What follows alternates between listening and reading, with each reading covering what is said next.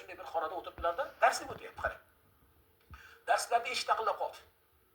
Yonlaridagi shogird shunday turaman deydilar, shunday qo'llarida ushlab to'xtatdilar. Qayoqqa dedilar? Eshikni ochaman. Nima niyatda ochmoqchisan? Eshikni ochishlikdan maqsad nima?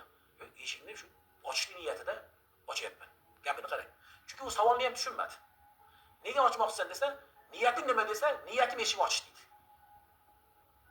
Endi qarang, yo'q dedilar. Sen shu o'tirganingda, turishligingdan avval niyat qilgin, shunday niyat qilgin, eshikni borib ochib qo'ymagin. Eshikni ochib qo'yishlik bu muboh, borsin ochsin, unga ajr bor, savob yo'q, yoki savob bor, ajr yo'q, yoki ajrsiz, savobsiz.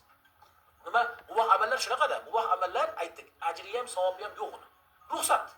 Lekin o'zingiz ajrlik qilasiz yoki xatolik qilasiz. Shunda ulamo aytdilarki, yo'q. Keyin sen niyat qilgin. Ana shu keluvchi demak bir agar hojati bo'lsa taomga, uni taomlantiray. Ichmakka, sharobga bir hojati bo'lsa, uni ishtirib sug'oray. Yoki nimadir boshqa bir hojati bo'lsa, o'sha hojatida men hojatbonor bo'lay. Hojatini chiqaray deya tursang deyaptilar, qarang.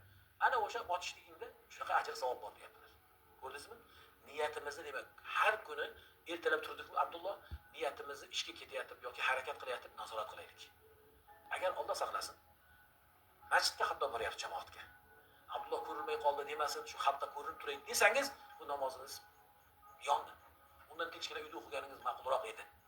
Tushunarlimi? Demak, niyatlarimizni o'zgarishligi bilan boyaga ahli jahannam bo'lib, balkim jahannamga birinchi kiradigan toifalardan bo'lmaylik.